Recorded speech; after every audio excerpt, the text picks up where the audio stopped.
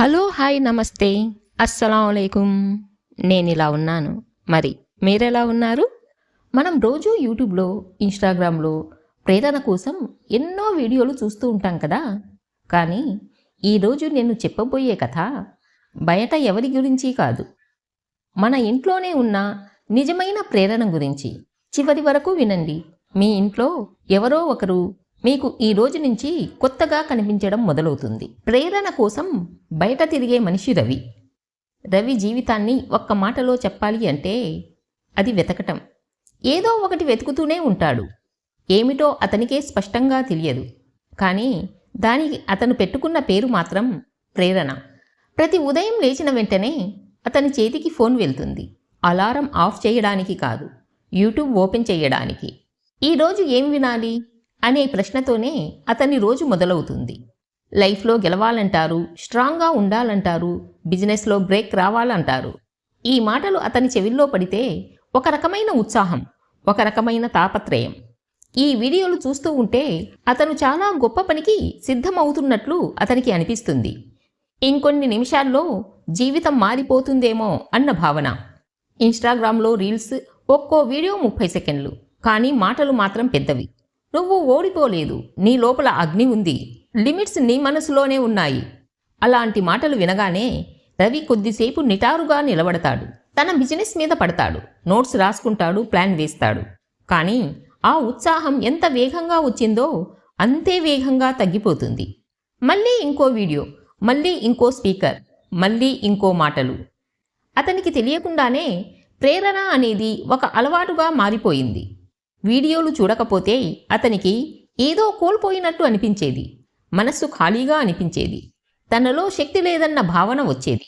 అందుకే ఎక్కడైనా motivation class ఉందంటే రవి తప్పకుండా వెళ్ళేవాడు. గంటలు గంటలు కూర్చొని స్టేజ్ మీద ఉన్న వాళ్ళని చూస్తూ, వాళ్ళు చెప్పే కథలు వింటూ తల ఊపుతూ ఉండేవాడు. ఆ క్లాస్ నుంచి బయటికి వచ్చినప్పుడు తన జీవితంలో కూడా అన్నీ సాధ్యమే అనిపించేది. ఇంటికి వచ్చాక ఆ మాటలన్నిటినీ తన ఇంట్లో వాళ్ళ మీద చల్లేసేవాడు. అలా ఆలోచించకు, నెగిటివ్గా ఎందుకు ఆలోచిస్తున్నావు, మైండ్ స్ట్రాంగ్గా పెట్టాలి. ఇవి అతని డైలాగ్స్.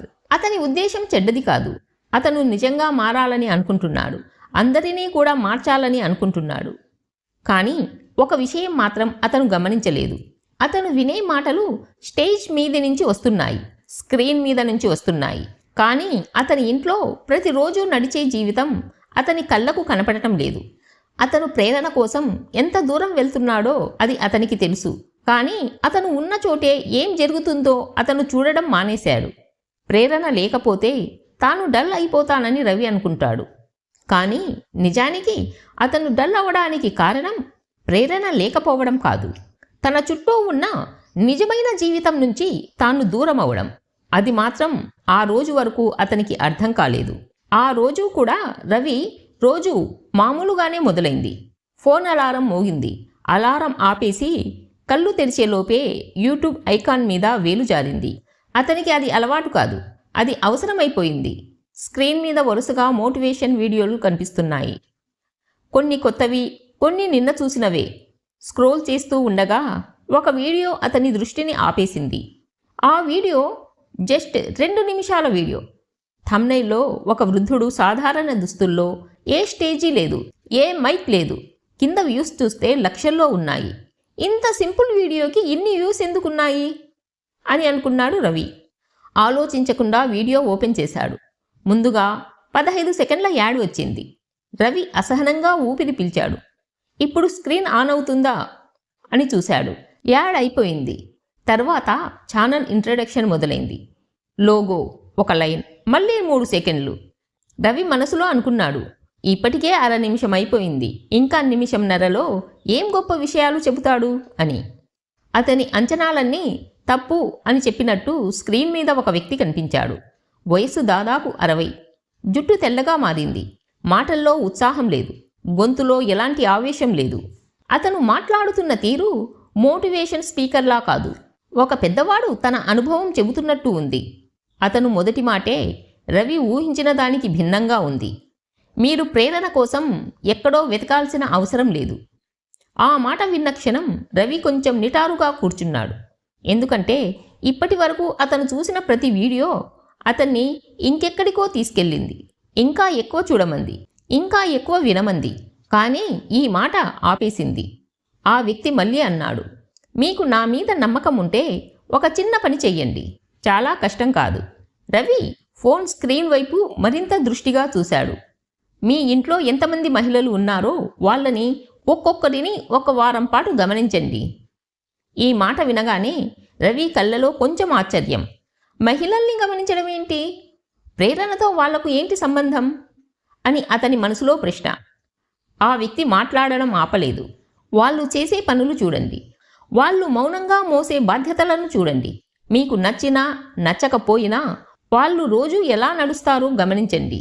ఆ మాటల్లో ఏ ఆదేశం లేదు, ఏ హెచ్చరిక లేదు, కానీ ఏదో బరువు ఉంది. ఆ తరువాత బహుశా నా వీడియోలు మీకు అవసరం ఉండకపోవచ్చు, అంతే, వీడియో అయిపోయింది. రవి రిఫ్లెక్స్లా మరో వీడియో ఓపెన్ చేయలేదు, ఫోన్ ఆఫ్ చేయలేదు కూడా. అలా చేతిలోనే పట్టుకొని కొన్ని సెకండ్లు ఖాళీగా చూస్తూ కూర్చున్నాడు. అతని మనసులో ఒక చిన్న అలజడి. ఇన్నాళ్ళు తాను చూసిన వీడియోలన్నీ తనను ముందుకు నడిపించాయి అనుకున్నాడు. కానీ ఈ 2 నిమిషాల వీడియో తనను ఆపేసింది. ఇంట్లో మహిళలను గమనించాలా, అది ఒక వారం పాటు? ఇది అతనికి చాలా సాధారణంగా అనిపించింది, అలాగే చాలా వింతగా కూడా అనిపించింది. ఎందుకంటే ఆ మహిళలు అతని జీవితంలో కొత్త వాళ్ళు కాదు. తన అక్క, అమ్మ, తన భార్య, రోజూ చూస్తూనే ఉన్నవాళ్ళు. వాళ్ళలో ఏముంది ప్రేరణ అనడానికి అని అతను మొదట అనుకున్నాడు. కానీ తర్వాత ఒక ప్రశ్న అతన్ని కదిలించింది. రోజూ చూస్తున్నాను అంటే నిజంగా గమనిస్తున్నానా? ఆ రాత్రి రవికి చాలాసేపు నిద్ర పట్టలేదు. యూట్యూబ్ ఓపెన్ చేయలేదు, ఇన్స్టాగ్రామ్ రీల్స్ చూడలేదు. బెడ్ మీద పడుకొని ఇంట్లో వినిపించే శబ్దాలు వినసాగాడు. వంటగదిలో ఏదో సర్దుతున్న శబ్దం, అమ్మ మాట్లాడే మాటలు, అక్క లేచి తిరిగిన అడుగుల శబ్దం. ఇన్నాళ్ళు ఈ శబ్దాలు అతనికి నేపథ్య శబ్దాల్లా అనిపించాయి. ఆ రోజు మాత్రం కొత్తగా వినిపించాయి. ఒక వారం మాత్రమే కదా అని అతను అనుకున్నాడు. చూద్దాం, ఏమవుతుందో చూద్దాం. అది రవి జీవితంలో బయటి నుంచి లోపలికి మలుపు తిరిగిన మొదటి క్షణం. అతనికి అప్పుడే తెలియదు, ఈ చిన్న నిర్ణయం తనకు ఇప్పటి వరకు ఏ వీడియో ఇవ్వని ప్రేరణను ఇవ్వబోతుందని. మరుసటి రోజు ఉదయం ఇతర రోజులతో పోలిస్తే రవి కొంచెం ముందుగానే లేచాడు. అలారం మోగకముందే కళ్ళు తెరిచాడు. కళ్ళు తెరిచిన వెంటనే ఫోన్ వైపు చూడలేదు. ఇది అతనికి కొత్త అలవాటు. బెడ్ మీద నుంచి ఇంట్లో వినిపిస్తున్న శబ్దాల వైపు చెవి పెట్టాడు. వంటగదిలో మెల్లగా పాత్రలు కదులుతున్న శబ్దాలు, ఎక్కడో గిన్నెలు సర్దుతున్న శబ్దం. గడియారం చూశాడు. ఉదయం 4:30. అతనికి తెలుసు, ఆ సమయానికి ఇంట్లో లేచి ఉండేది ఒక్కరే, లక్ష్మి. ఇన్నాళ్ళు అక్క అంటే అక్కే. కానీ ఆ రోజు నుంచి రవి ఒక నిర్ణయం తీసుకున్నాడు.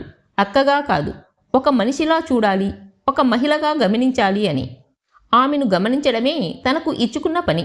రవి నిశ్శబ్దంగా లేచి ఏ శబ్దం చెయ్యకుండా హాల్లో కూర్చున్నాడు. లక్ష్మి వంటగదిలో తన పని తాను చేసుకుంటుంది. ముఖంలో అలసట లేదు, ఆతృత లేదు, ఒక రకమైన స్థిరత్వం మాత్రమే ఉంది. రవి గమనించాడు. ముందుగా తల్లిదండ్రుల మందులు, ఏ మందు ఎప్పుడు ఎంత మోతాదులో వేసుకోవాలో అన్నీ ఒక చిన్న బాక్సులో పెట్టింది. ఆ తరువాత బాబు స్కూల్ యూనిఫామ్ ఇస్త్రీ చేసింది, బ్యాగ్ చెక్ చేసింది. ఆ తర్వాతే తన కోసం టీ. అది చూసి రవి మనసులో ఒక చిన్న గుచ్చుకుపోయే భావన. తన కోసం ఎవరూ ఇంత ప్లాన్ చేయటం లేదు. ఆమె మాత్రం అందరి కోసం తన జీవితాన్ని షెడ్యూల్ చేసుకుంది. ఆమె వయసు 33. చూడడానికి నిజంగానే లక్ష్మీదేవిలా ఉంటుంది లక్ష్మి. కానీ ఆ అందం వెనక ఎన్ని రాత్రులు నిద్ర లేకుండా గడిచాయో రవి ఎప్పుడూ ఆలోచించలేదు. బాబు పుట్టిన 3 నెలలకే భర్త వదిలేశాడు. ఆ మాట ఇంట్లో ఎవ్వరూ బిగ్గరగా అనరు. అది ఒక నిశ్శబ్ద గాయం. కారణాలు ఎన్నో, కానీ ఫలితం ఒకటే, లక్ష్మి ఒంటరిగా మిగిలింది. రవి గమనించాడు, ఆమె ఎప్పుడూ తన బాధను ముందుకు తీసుకురాదు. ఎవరైనా ఏమైంది అని అడిగితే అన్నీ బాగానే ఉన్నాయి అనే సమాధానం మాత్రమే వస్తుంది. అది అబద్ధం కాదు, అదే ఆమె బలం. ఉదయం 6 గంటలకు దీపారాధన చేసేసింది. లక్ష్మీ ముఖంలో ఏదో ప్రశాంతత. ఆ తర్వాత పనివాళ్ళు వచ్చారు. ఎవరినీ గట్టిగా అరవలేదు, ఎవరికీ ఆదేశాలు ఇవ్వలేదు. అమ్మ, ఇది ఇలాగ చేయండి, అక్క అది అలాగ చేయండి. మాటల్లో గౌరవం ఉంది, స్వరంలో మృదుత్వం ఉంది. ఉదయం 8 గంటలకు బాబుకు రెడీ చేసి టిఫిన్ బాక్స్ సర్దేసి స్కూల్కు రెడీ చేసింది. ఇది చూసిన రవి తన చిన్నప్పటి రోజులు గుర్తు చేసుకున్నాడు. అమ్మ చేసిన త్యాగాలు అప్పుడు అర్థం కాలేదు, ఇప్పుడు అక్కలో కనిపిస్తున్నాయి. బాబు స్కూల్కు వెళ్ళిపోయాడు. అప్పుడే లక్ష్మి తన కోసం 5 నిమిషాలు తీసుకుంది. జుట్టు సర్దుకుంది. ఒక సింపుల్ చీర, ఏ అలంకరణ లేదు. కానీ ఆమె నిలబడిన తీరు ఒక ఆత్మవిశ్వాసం. 9 గంటలకల్లా ల్యాప్టాప్ ఓపెన్ అయింది. Online business. చూడడానికి పుట్టింట్లో ఉన్నట్టే, కానీ ఆమె ఖర్చులు ఆమెనే మోయాలి అనే బాధ్యత ఆమె మనసులో స్పష్టంగా ఉంది. డబ్బులు లేవు అని కాదు, భారం కావద్దు అన్నది ఆమె తత్వం. ఆ మాట రవి మనసును బాగా తాకింది. మధ్య మధ్యలో ఇంట్లో పనులు, పనివాళ్లకు సూచనలు, తల్లిదండ్రుల అవసరాలు. లక్ష్మి ఎక్కడా అయోమయం చూపలేదు. ఆమె జీవితంలో సహాయం అడగడం లేదు, కానీ అవసరమైతే సిగ్గుపడటం కూడా లేదు. అది ఒక సమతుల్యత. మధ్యాహ్నం కొంచెం అలసట ముఖంలో కనిపించింది, కానీ బాధ కాదు, ఒక సహజమైన అలసట.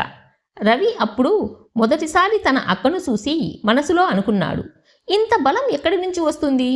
యూట్యూబ్ వీడియోలు ఇలా నేర్పలేదు కదా, ఏ మోటివేషన్ క్లాస్ ఇలా చెప్పలేదు కదా అని. ఈ బలం అవసరాల నుంచి వచ్చింది, బాధ్యతల నుంచి వచ్చింది, తల్లి కావడం నుంచి వచ్చింది. ఆ రోజు రవి మరో విషయం గమనించాడు. లక్ష్మి ఎప్పుడూ తన గతం గురించి మాట్లాడలేదు.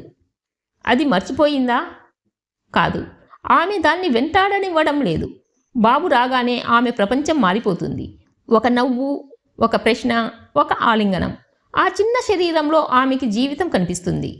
రవి అప్పుడు అర్థం చేసుకున్నాడు, ప్రేరణ బిగ్గరగా మాట్లాడదు. అది ఉదయం 4ంటికే లేస్తుంది, నిశ్శబ్దంగా పనిచేస్తుంది. ఎవ్వరూ చప్పట్లు కొట్టకపోయినా తన పని తాను చేస్తుంది. ఆ రాత్రి రవి యూట్యూబ్ ఓపెన్ చేశాడు, కానీ వీడియో ప్లే చేయలేదు. ఫోన్ పక్కన పెట్టి మనసులో లక్ష్మి ముఖాన్ని మరొక్కసారి తలుచుకుని నిద్రపోయాడు. అతనికి తెలియకుండానే అతని లోపల ఏదో మారుతుంది. లక్ష్మిని గమనించడం మొదలుపెట్టిన 3వ రోజు నుంచే రవి లోపల ఏదో మార్పు మొదలైంది. ఇప్పటి వరకు అతని రోజు మొబైల్ స్క్రీన్తో మొదలయ్యేది. ఇప్పుడు మాత్రం ఇంట్లో ఉన్న మనుషులతో మొదలవుతుంది. ఆ రోజు ఉదయం లక్ష్మి పనుల్లో మునిగిపోయి ఉండగా రవి మరో వ్యక్తిని గమనించడం మొదలుపెట్టాడు. ఆమె అమ్మ. ఇన్నాళ్ళు అమ్మ అంటే వంట, ఇల్లు, బంధువులు అనేదాకా మాత్రమే చూశాడు. కానీ ఇప్పుడు అమ్మను కూడా ఒక వ్యక్తిలా చూడాలనుకున్నాడు. ఆమె వయస్సు 50. శరీరం మీద జీవితం వేసిన గీతలు కనిపిస్తున్నాయి, కానీ మనసులో అలసట లేదు. ఆమె రోజు ఎవరూ గుర్తించని పనులతో నిండింది. ఉదయం లేచినప్పటి నుంచే ఫోన్ చేతిలో ఉంటుంది, కానీ అది టైంపాస్ కోసం కాదు, యూట్యూబ్ బ్లాగ్స్ కోసం. కెమెరా పెట్టి తన జీవితాన్ని చూపించడమే కాదు, తన ఇంటిని ఒక సానుకూల స్థలంగా చూపించడం. బంగారం లాంటిది కాదు, ఆమెకు ప్రసిద్ధి, ప్రశాంతతే ఆమె ఆస్తి. ఎంతమంది బంధువులు వచ్చినా, ఎన్ని మాటలు వచ్చినా ఇంట్లో గొడవలు జరగకుండా చూసేది. ఒక్క మాటతో వివాదాన్ని ఆపేసేది, ఒక్క నవ్వుతో భారం తగ్గించేసేది. రవి అప్పుడు అర్థం చేసుకున్నాడు, ఇది కూడా ఒక మేనేజ్మెంట్ స్కిల్ అని. ఏ బిజినెస్ క్లాస్ ఇది నేర్పదు. అమ్మ తన లాక్స్లో జీవితాన్ని సింపుల్గా చూపిస్తుంది. అలంకారం లేదు, నాటకం లేదు. అది చూసే వాళ్ళకి ఆమె జీవితం కాదు, వాళ్ళ జీవితం కనిపిస్తుంది. అది ఒక గొప్ప ప్రతిభ. అమ్మ తర్వాత రవి గమనించిన వ్యక్తి తన భార్య. ఇప్పటి వరకు ఆమె పనులు అతనికి సహజంగానే అనిపించాయి. పిల్లలు, ఇల్లు, అత్త, మామ, ఒక చిన్న బిజినెస్ అన్నీ ఒకటే అనుకున్నాడు. కానీ ఇప్పుడు వేరువేరు కోణాల్లో కనిపించసాగాయి. ఆమె వయసు 32. 2 పిల్లలకు తల్లి. ఉదయం పిల్లలతో మొదలయ్యే రోజు రాత్రి వాళ్లతోనే ముగుస్తుంది. అత్తామామ మాటలు దాటకుండా, తన వ్యక్తిత్వాన్ని కోల్పోకుండా నడిచే సమతుల్యత ఆమెది. ఆడపడుచుతో స్నేహంగా ఉండటం, అవసరమైతే తన తల్లిదండ్రులకు సహాయం చేయడం, అది కూడా అత్తగారి అనుమతితోనే. ఇది త్యాగం కాదు, ఇది తెలివి. రవి అప్పుడే గ్రహించాడు, బలంగా ఉండటం అంటే గట్టిగా మాట్లాడడం కాదు, అందరినీ కలుపుకుంటూ నడవడమే నిజమైన బలం అని. 3 మహిళలు, ఒకే ఇల్లు. వాళ్లలో ఎవరూ స్టేజ్ మీద మాట్లాడరు, ఎవ్వరూ మైక్ పట్టుకోరు, కానీ వాళ్ళ జీవితం ఒక ఉపన్యాసం. రవి ఇప్పుడు యూట్యూబ్ ఓపెన్ చేస్తే వీడియోలు ప్లే అవుతాయి, కానీ ఆ వీడియోలకు ముందు అతని మనసులో ఇంటి దృశ్యాలు ప్లే అవుతాయి. అక్క ఉదయం 4ంటి అలారం, అమ్మ ఓ మాటతో గొడవ ఆపడం, భార్య పిల్లల కోసం తన అవసరాలు వాయిదా వేయడం. అతనికి ఇప్పుడు ప్రేరణ కోసం బయట వెతకాల్సిన అవసరం లేదు. అది ప్రతి రాత్రి తన పక్కనే నిద్రపోతుంది. అతను ఒకరోజు ఆ 2 నిమిషాలు వీడియో మళ్ళీ చూశాడు. ఆ వృద్ధుడు అన్న మాట ఇప్పుడు పూర్తిగా అర్థమైంది. మీ ఇంట్లో మహిళలను గమనించండి. ఇది మహిళల గురించి కాదు, మన చూపు గురించి. మన చూపు మారితే మన జీవితం మారుతుంది. రవి ఇక మోటివేషన్ వీడియోలకి అడిక్ట్ కాదు, జీవితం నేర్పే పాఠాలకు శ్రోత. ఆ రోజు రవి ఒక చిన్న నిర్ణయం తీసుకున్నాడు. తన బిజినెస్లో ఎవరైనా మహిళా ఉద్యోగి ఉంటే వాళ్ళ పరిస్థితిని అర్థం చేసుకున్నాడు. ఇంట్లో తన మాటల ద్వారా బలం ఇవ్వాలి, బాధను పెంచకూడదు అని. ప్రేరణ కోసం బయట స్టేజీలకు కాదు, లోపల మనుషుల దగ్గరకు వెళ్ళాలి. ఎందుకంటే కొన్నిసార్లు ప్రేరణ పుస్తకాల్లో ఉండదు, వీడియోల్లో ఉండదు. అది నిశ్శబ్దంగా మన జీవితాన్ని నడిపే స్త్రీలో ఉంటుంది. రవి ఇప్పుడు గెలవడం అంటే పైకి రావడం మాత్రమే కాదు అని తెలుసుకున్నాడు. ఆ రోజు రవి ఎవరితోనూ మాట్లాడలేదు, ఎక్కడికి వెళ్ళలేదు, ఇంట్లోనే ఉన్నాడు. కానీ మొదటిసారి ఇంట్లో ఉన్న వాళ్లను చూశాడు. ఇన్నాళ్ళు అక్కను అక్కగానే చూశాడు, అమ్మను అమ్మగానే చూశాడు, భార్యను భార్యే కదా అనుకున్నాడు. కానీ ఆ రోజు వాళ్లను మనుషుల్లా చూశాడు. ఎంత బాధను దాచుకొని నవ్వుతారో చూశాడు, ఎంత అలసటతో పనిచేస్తారో చూశాడు. ఎవ్వరికీ చెప్పకుండా ఎంత భారాన్ని మోస్తారో అర్థం చేసుకున్నాడు. అక్క భర్త వదిలేసిన రోజున ఏడవడానికి కూడా టైం లేకుండా బిడ్డను ఒడిలో పెట్టుకొని జీవితం నడిపిన మహిళ. అమ్మ తనకు ఎన్ని బాధలు ఉన్నా ఇంట్లో ఎవరికీ బాధ కనిపించనివ్వకుండా ప్రశాంతతను పంచిన మహిళ. ఇక భార్య తన కోరికలను మౌనంగా పక్కన పెట్టి పిల్లల భవిష్యత్తు కోసం ప్రతిరోజు కొంచెం కొంచెంగా తనను తానే త్యాగం చేసిన మహిళ. రవి అప్పుడు తన లోపల ఏదో విరిగిపోయినట్టుగా అనిపించింది. ఇన్నాళ్ళు తాను స్ట్రాంగ్ అవ్వాలి అని బయట వీడియోలు చూశాడు. కానీ నిజంగా స్ట్రాంగ్గా ఉన్నవాళ్ళు ఇంట్లోనే ఉన్నారని ఇంతవరకు ఎందుకు చూడలేకపోయానోనని తన మీద తనకే కోపం వచ్చింది. ఆ క్షణంలో రవి కన్నీళ్లు పెట్టుకున్నాడు. ఎందుకంటే ఈ మహిళల్లో ఎవ్వరూ తమని గొప్పగా చెప్పుకోలేదు, ఎవరూ మాకు కష్టం అని అరచలేదు. వాళ్ళు నిశ్శబ్దంగా జీవితాన్ని మోస్తున్నారు. అప్పుడు రవి అర్థం చేసుకున్నాడు, ప్రేరణ పెద్ద పెద్ద మాటల్లో ఉండదు, ప్రేరణ స్టేజి మీద ఉండదు, ప్రేరణ అంటే యూట్యూబ్ స్క్రీన్లో ఉండదు. ప్రేరణ అంటే ఉదయం 4 లేచి బిడ్డ కోసం తినకుండా ఉండే అమ్మ. ప్రేరణ అంటే తన బాధను మింగేసి ఇతరులకు ధైర్యమిచ్చే అక్క. ప్రేరణ అంటే తన జీవితాన్ని వెనక్కి పెట్టి ఇంటిని ముందుకు నడిపించే భార్య.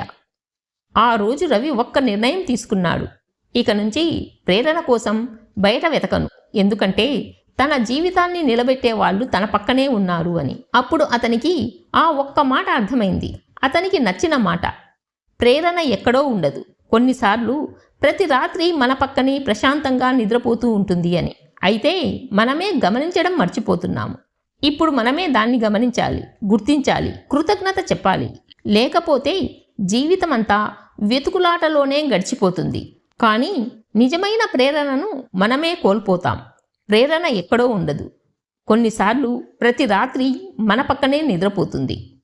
కానీ మనమే గమనించం. నేనిలా ఆనందంగా సంతోషంగా ఉన్నాను. మీరు కూడా మీ జీవితంలో మీలా ఆనందంగా సంతోషంగా ఉండాలని మనస్ఫూర్తిగా కోరుకుంటున్నాను. ఈ వీడియో మీకు నచ్చినట్లయితే లైక్ చేయండి. మీ ఇంట్లో ఎవరికైనా ఇది గుర్తొస్తే తప్పకుండా షేర్ చేయండి. ఇంకా ఇలాంటి హృదయానికి దగ్గరైన కథల కోసం నేనిలా ఛానల్ను సబ్స్క్రైబ్ చేయడం మర్చిపోవద్దు. మళ్ళీ కలుద్దాం.